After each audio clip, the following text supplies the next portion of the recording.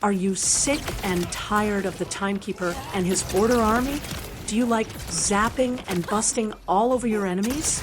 Well, you are in luck, because today I am going to share some secret sauce with you. This Vex Red Tree Shock build will let you bust and zap to your heart's desire, and you will be blowing through mobs feeling like you're in a Ghostbuster movie all the while.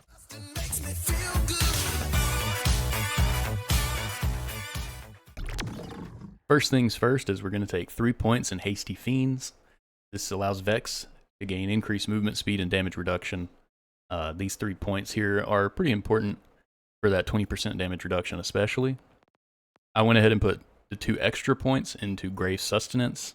For the second row, I went into Yowl and Bay.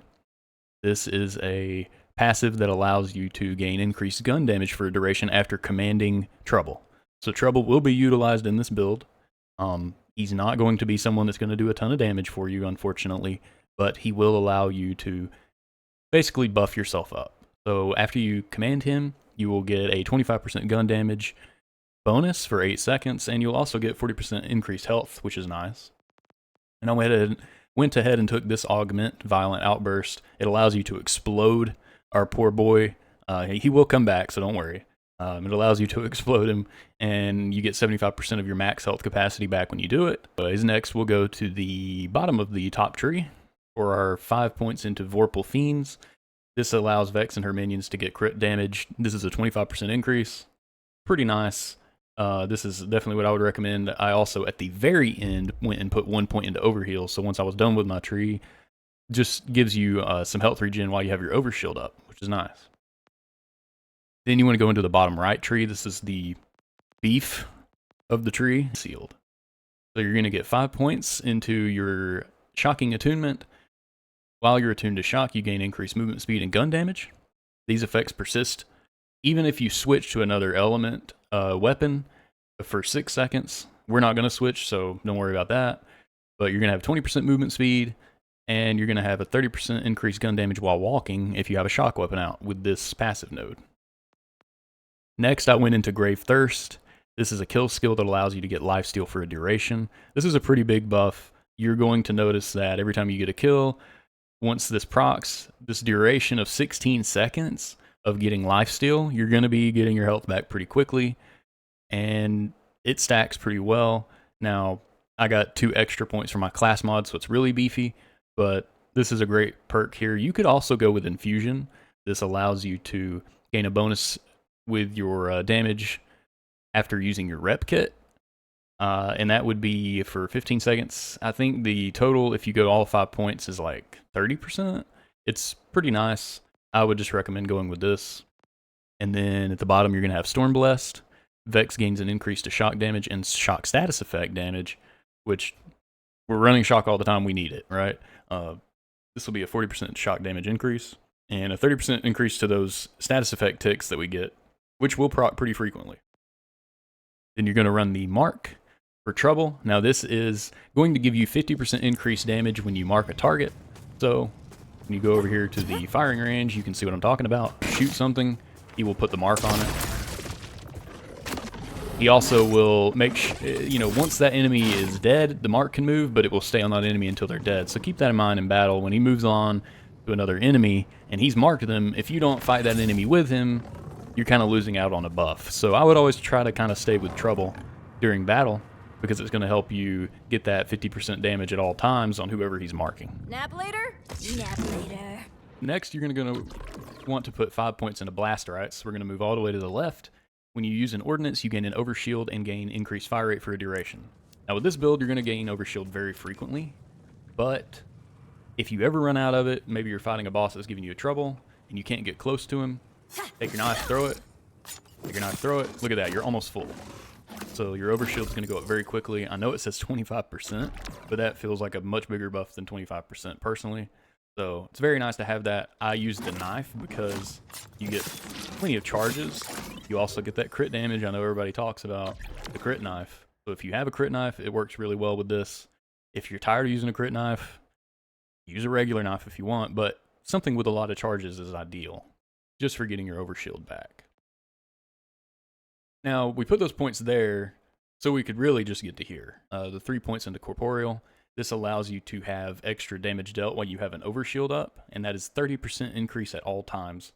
And the last points that went into this build went into elemental essence. So you get increased elemental damage, and it says it's at 20%, but when you activate trouble, you get an extra 20% on top of that to 40, and that allows you a pretty good bit of elemental damage.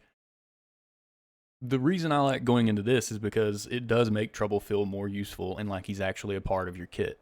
So I took we're in Infernal Sum. Vex and her minions deal increased crit damage to enemies who have less than 67% of their health. That's 2/3.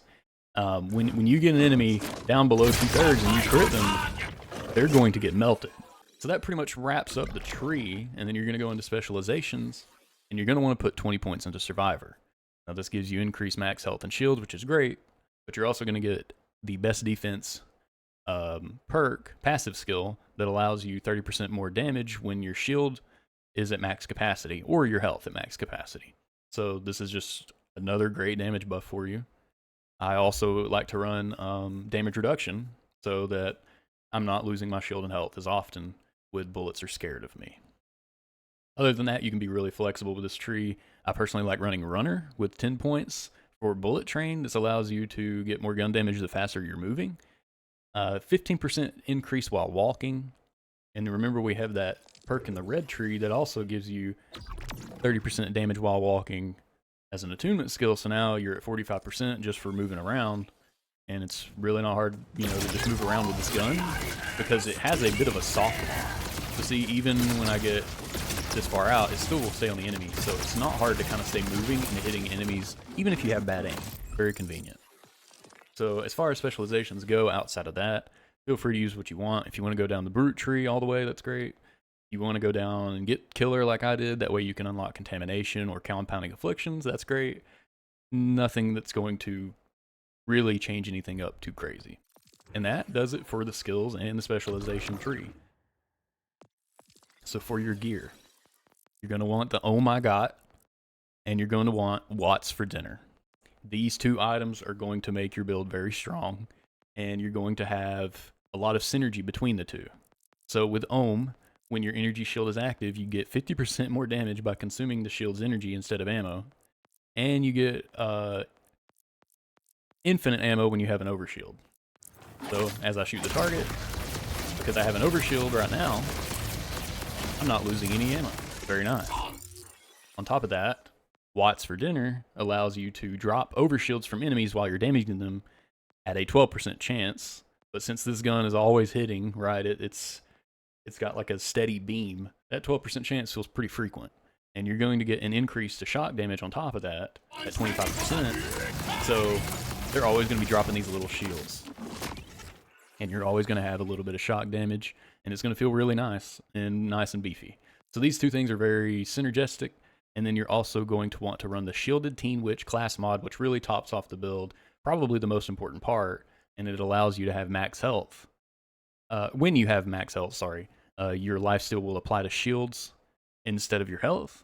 And then when Vex has a max shield, lifesteal will grant overshield. So when your overshield is up, your lifesteal perks, health regeneration here. There are some other options even in the red trees that allow you to get lifesteal if you're using kinetic. You could get down here and use it if you find a way for people who like some variance. This is a good way to have some variation from what I'm doing. You can get down here into Essence Leech and get lifesteal. If you find your way down the green tree and still are able to do shock, props to you. I couldn't really figure out a way, but it would work, and it would work well with this class mod. So Arch of Radix, that's where you'll get the mod. To get the Ohm Legendary SMG, you can farm Callus here. Callus is one of the story bosses. And to farm the Watts for dinner shield that I was talking about, you'll want to go defeat the Guardian Orgo in the vault. And this is Origo, is going to be up here in the top right of the map. So you'll do a little vault farming to get these. Again, not the easiest thing. Yes, the build is a bit item intensive, but keep in mind, the build can work without Teen Witch. It will be okay. I would definitely recommend running This here, passive, gaining overshield on kill. This will mitigate Teen Witch not being in your inventory. I would definitely recommend getting Ohm for this. That's probably the biggest thing. There are other shields you can use. For any knife that has a lot of charges, you're good. I also would recommend using Elemental Affinity. Even a purple is fine. It will give you an extra damage buff after using it. For your enhancement, gun damage is great. Gun crit damage is great. The very last thing, this is for bosses, the Complex Root. This is a sniper rifle. When you hit an enemy with this, you have a 46% chance to activate status effect damage at 3,500 damage a second. It's going to be a great build for you guys. You're going to have a lot of fun with it. I appreciate you guys watching the video. I'll leave you with a little bit of gameplay to showcase what the build can do. And then at the end of the video, if you could please leave a like, I would greatly appreciate it as a new content creator. Otherwise, have a good day and thanks for watching.